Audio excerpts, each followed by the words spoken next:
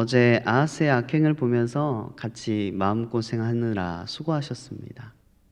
오늘부터 29장부터 32장까지는 히스기야에 대해서 우리가 보게 됩니다.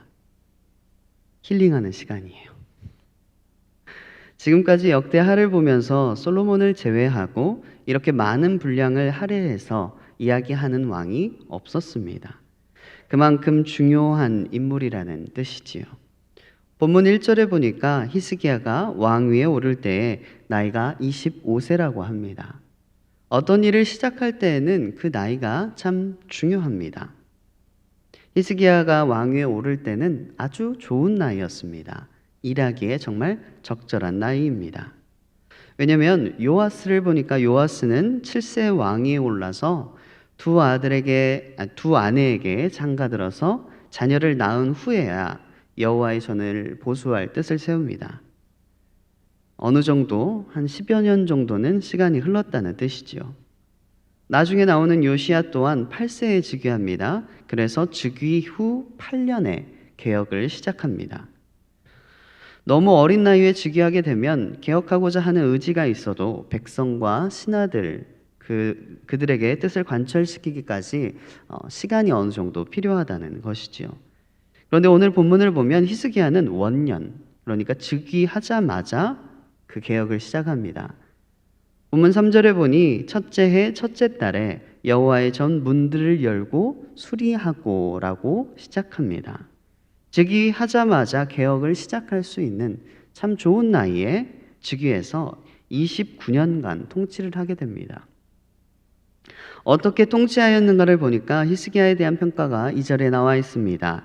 히스기야가 그의 조상 다윗의 모든 행실과 같이 여호와 보시기에 정직하게 행하여. 히스기야의 조상들 가운데 정직하게 행하였다고 성경이 기록하고 있는 자들이 있습니다. 대표적으로 조부였던 요담을 보면 27장 2절에 요담이 그의 아버지 우시야의 모든 행위대로 여호와 보시기에 정직하게 행하였으나 라고 말합니다. 다른 왕들은 여호와 보시기에 정직하게 행하였다라는 문구에 누구를 붙이냐면 아버지의 왕, 바로 윗대의 선대 왕의 이름을 붙입니다. 다윗처럼 고결하고 성실하게 행하였다고 적혀 있지는 않습니다. 이 역대하를 보면 다윗을 따라 행하였다라는 평을 받는 사람이 단 2명이 나옵니다. 히스기야와 요시야입니다. 그런데 요시야 본문을 보면 요시야는 다윗의 길로 행하며라고 적혀 있습니다. 우리가 길이라는 것은 어떻습니까?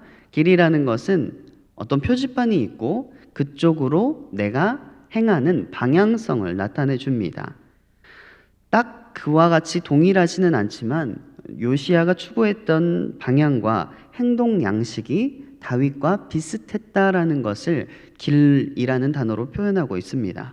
그런데 오늘 히스기야의 경우에는 다윗의 모든 행실과 같이라고 단언하여 말하고 있습니다. 이것은 성경에서 굉장히 이례적인 서술입니다. 여러분들도 살면서 너 누구 많이 닮았다라는 이야기 들어보셨지요? 들어보셨을 거예요. 엄마 아빠 2분 중에 한 분은 닮게 돼 있으니까요.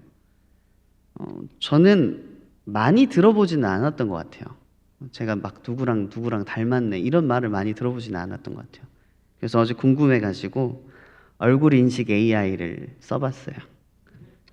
그 사진을 찍고 이렇게 버튼만 누르면 AI가 누구랑 닮았는지 검색해 주거든요. 제가 누가 나갈게요? 네? 누가 나온 것 같은데. 정우성 55%. AI가 가만 보면 되게 사람을 현혹시키는 게 있어요. 굉장히 친절하게 말하고 기분 좋게 하잖아요. 저도 알아요. 하나도 안 닮았어요. 근데 기분은 좋잖아요. 사람이 누구를 닮는다는 것은 생각보다 굉장히 어려운 일입니다. 부모님 같은 경우에는 살면서 계속 보게 되고 함께 있다 보니까 가르치지 않은 것까지도 닮게 되는 부분이 있습니다. 하지만 오늘 본문의 경우에는 동시대의 인물이 아니잖아요. 아무리 피를 이어받았다고 해도 동시대의 인물이 아닙니다. 오히려 아버지인 아하스의 영향을 많이 받았을 것 같은데 그렇지 않고 다윗과 같이라고 말을 합니다. 이런 이야기를 들은 히스기야가 정말 특별했다는 뜻이지요. 어떤 부분이 다윗과 같았을까요? 2절 하반절에 보니까 다윗과 같이 여호와 보시기에 정직하게 행하여 라고 나와 있습니다. 하나님께서 보시기에 정직, 히브리어로는 야샤르라는 단어입니다. 야샤르라는 말은 좌로나 우로 치우치지 않고 똑바르다라는 말입니다. 곧게 뻗어 있는 어떠한 형태, 그 상태를 의미합니다. 그런데 누가 보시기에 정직했다고 말하고 있습니까? 하나님께서 보시기에 정직했다는 것입니다. 우리의 시선과 마음이 하나님께 향하여 곧게 뻗어 있는 상태를 의미합니다. 여러분의 마음은 하나님께 곧게 뻗어 있습니까? 아멘. 여러분 확신 속에 거하시기를 바랍니다. 잘 몰라도 이 시간에 여러분들이 하나님께 곧게 뻗어 있습니다라고 말하지 않으면 누가 말할 수 있을까요? 이 새벽같이 나오셔서 하나님께 예배드리는 여러분이 이 말에 아멘이라고 하지 못한다면 누가 아멘이라고 할 수 있겠습니까? 여러분 믿는 것에 확신 속에 거하시기를 축복합니다. 구약에 이 정직한 자에 대한 유명한 시험이 있습니다. 우스 땅에 사는 욥이라는 자. 하나님께서도 사탄에게 이 욥의 정직함에 대해서 말하십니다. 욥의 시선과 마음이 하나님께 곧게 뻗어 있는 상태라는 것이지요. 그러자 사탄이 뭐라고 말합니까? 욥이 어찌 까닭없이 하나님을 경외하리이까? 욥이 왜 하나님을 보고 있겠습니까? 하나님을 보니까 그 옆에 무엇이 있습니까? 하나님 편에 있는 건강, 재산, 자녀, 만사 형통의 축복, 그것들을 바라보고 있는 것이 아닙니까? 라고 반문합니다. 여러분 그렇지요. 이것은 당연한 것입니다. 왜냐하면 하나님께서는 만물의 창조주로서 모든 것이 그분의 소유입니다. 모든 선하고 좋은 것들이 다 하나님의 것입니다. 그러니까 하나님의 편을 보면 그 모든 선하고 좋은 것들이 있기 때문에 그런 것들 중에 하나를 바라만 봐도 하나님 당신을 바라보고 있는 것 아닙니까? 라고 반문하는 것이지요.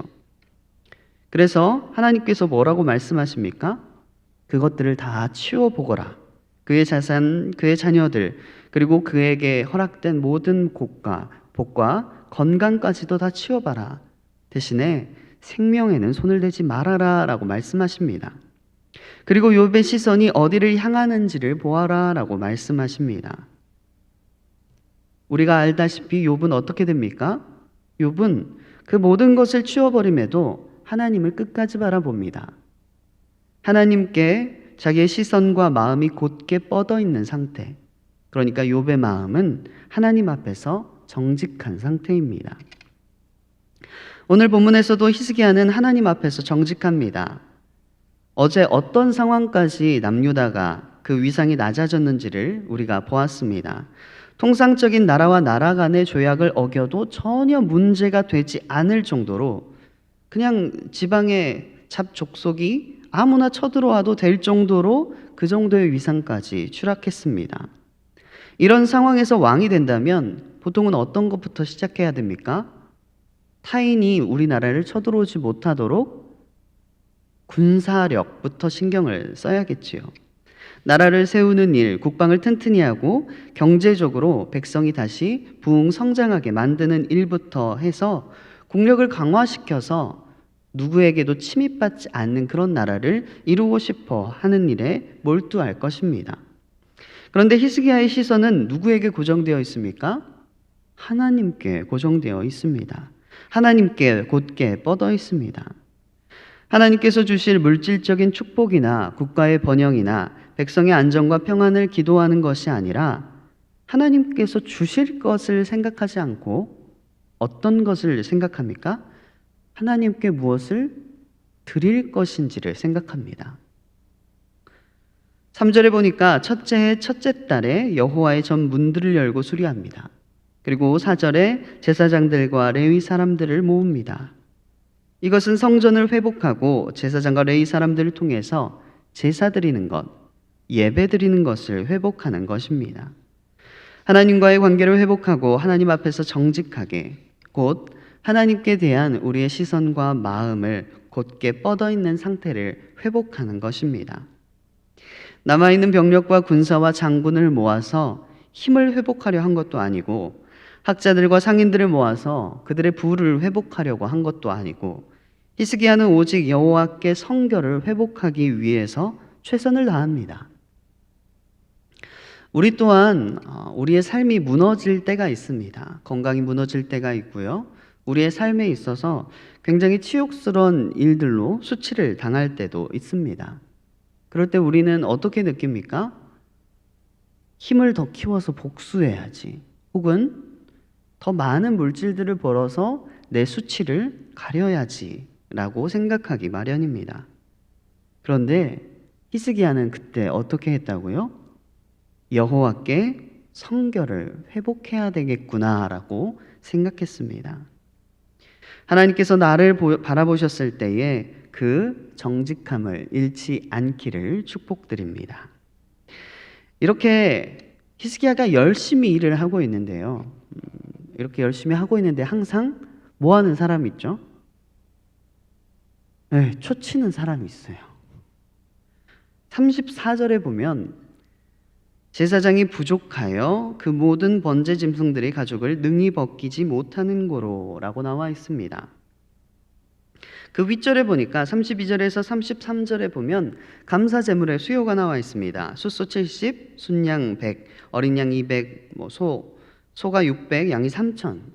굉장히 많은 수요입니다. 왜냐하면 지금의 남유다는 굉장히 곤고한 상태입니다. 모두가 끌려갔고요. 땅은 황폐화됐고요. 그런 상황에서 이 정도의 재물은 굉장히 엄청난 숫자입니다. 그런데 이것이 솔로몬의 때와 같이 엄청난 숫자는 아닙니다. 제사장이 부족했다라는 것은 재물이 많아서 일손이 부족했다라고 보면 안 됩니다. 그렇기보다는 뒷절에 나와 있는 내용처럼 정결한 제사장이 부족했다. 왜냐하면 뒤에 보면 정결하기까지 기다렸다라고 적혀 있거든요. 정결한 제사장이 부족했다라고 보는 것이 맞습니다. 왜냐하면 아하스의 통치 기간 때에 우상에게 제물을 바친, 제물은 누가 담당하지요?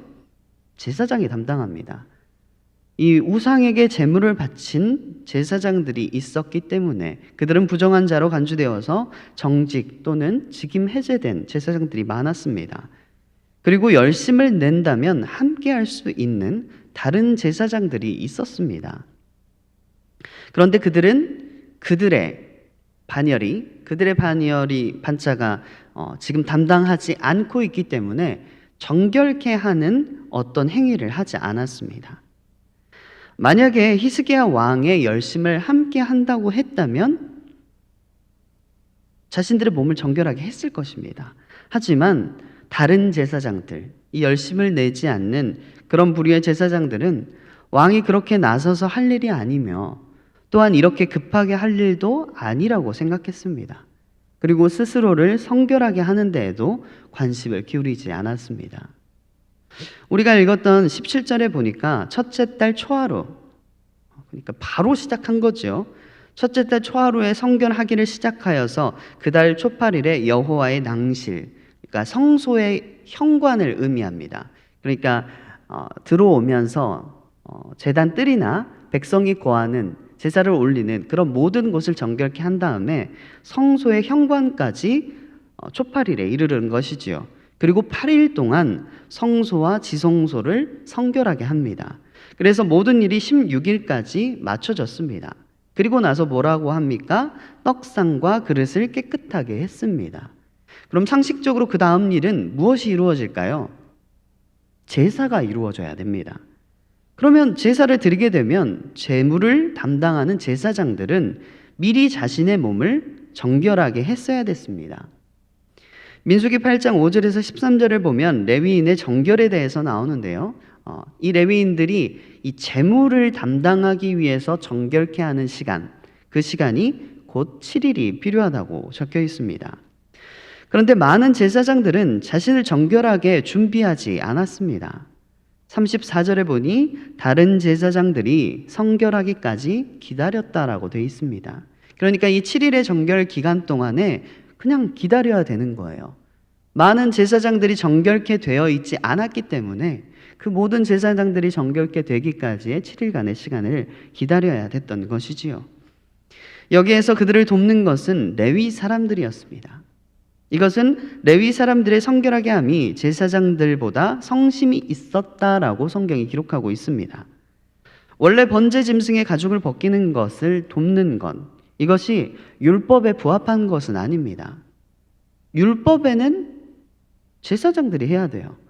하지만 이런 예외적으로 특별한 경우에 그 규칙이 유보되는 일이 일어났습니다. 제사장들보다 더 열의를 가지고 자신을 성결케 했던 이 충성된 레위 사람들에게는 칭찬과 영예를 얻는 일이었습니다. 왜냐하면 원래 손대지 못하는 여호와의 제물에 손을 댔던 일이 일어났으니까요. 그들에게는 굉장히 큰 위로였을 것입니다. 왜냐하면 그들의 조상이 우리도 제사장이다, 우리도 레위인이다, 우리도 제사장의 일을 할 수 있게 해달라고 했다가 어떻게 되지요? 고라의 반역 모두 죽지 않습니까? 그런데 오늘 이 사건으로 인해서 레위인들은 위로를 받습니다. 우리 또한 성결하게 됐을 때에 하나님께서 우리를 귀하게 사용하시는구나 라는 것을 깨닫게 되는 것이지요. 반대로 불성실한 제사장들은 수치를 당하게 됩니다. 분명히 1월 1일부터 성결함을 시작했는데 무려 16일 동안이나 있었고, 그리고 떡과 진설병을 정결케 하는 기간 동안에, 그 모든 기간 동안에 자신을 성결하게 하지 않았던 것입니다. 히스기야의 열심을 보았다면, 그에게 참여하고자 했다면, 그의 열심에 동참하고자 했다면 충분히 자신을 성결하게 할 수 있는 기간이 있었음에도 불구하고 그들은 불순종하고 불성실했습니다. 그들은 당연히 수치를 당하게 되었습니다. 레위 사람들이 그 일을 맡게 됨으로 인해서요. 36절에 보니까 이 일이 갑자기 되었다라고 적혀 있습니다. 모르긴 몰라도 한 달 내에 이 모든 일들이 끝나게 되었던 것 같아요. 성경에 보니까 이 갑자기 되었다가 so quickly라는 단어가 적혀 있습니다. 매우 빠르게 진행되었다는 뜻입니다. 며칠 전에도 제가 말씀드린 적이 있는데요. 여러분, 결단을 하게 되면 어떻게 합니까? 사주에 뵙겠습니다 이렇게 안 하시잖아요. 그렇죠? 결단을 하게 되면 그 즉시 행해야 됩니다. 오늘 이 말씀을 듣는 우리 모두가 히스기야의 결단과 정결하게 함에 참여하시기를 축복합니다. 하나님의 일을 하는 사람이 앞장섰을 때에, 히스기야와 같이 열심을 낼 때에 왜 유별나게 행동하냐고 핀잔 주지 마시고 그 일에 적극적으로 동참하시고 스스로를 정결하게 준비하시는 여러분 되시기를 축복합니다. 히스기야와 레위 사람들과 같이 우리가 여호와 앞에서 정직하게 성심껏 우리가 하나님께서 주시는 어떠한 일들에 대해서 준비를 할 때에 하나님께서 우리를 위하여 예비하신 기쁨 또한 동일하게 받아 누리게 될 줄 믿습니다. 오늘 그런 축복이 여러분 모두에게 함께 하시기를 소망합니다. 함께 기도하시겠습니다. 사랑이 풍성하신 하나님, 오늘 말씀을 통하여 우리를 가르치시니 감사를 드립니다. 오늘 히스기야의 성심 그리고 레위인들의 삶을 통하여서 우리를 가르치시니 감사합니다. 우리의 삶을 하나님 앞에서 정직하게 하시고 여호와께 성결한 삶으로 인도하여 주시옵소서. 멕시코와 미국 방문하며 귀한 사역 감당하시는 담임 목사님과 우리 청년들에게도 동일한 은혜로 축복하여 주시옵소서. 귀한 예물 올리는 손길이 있습니다. 받으시고 흠양하여 주시옵소서. 모든 것 주님께 의지합니다. 사랑 많으신 예수 그리스도의 이름으로 기도드립니다. 아멘.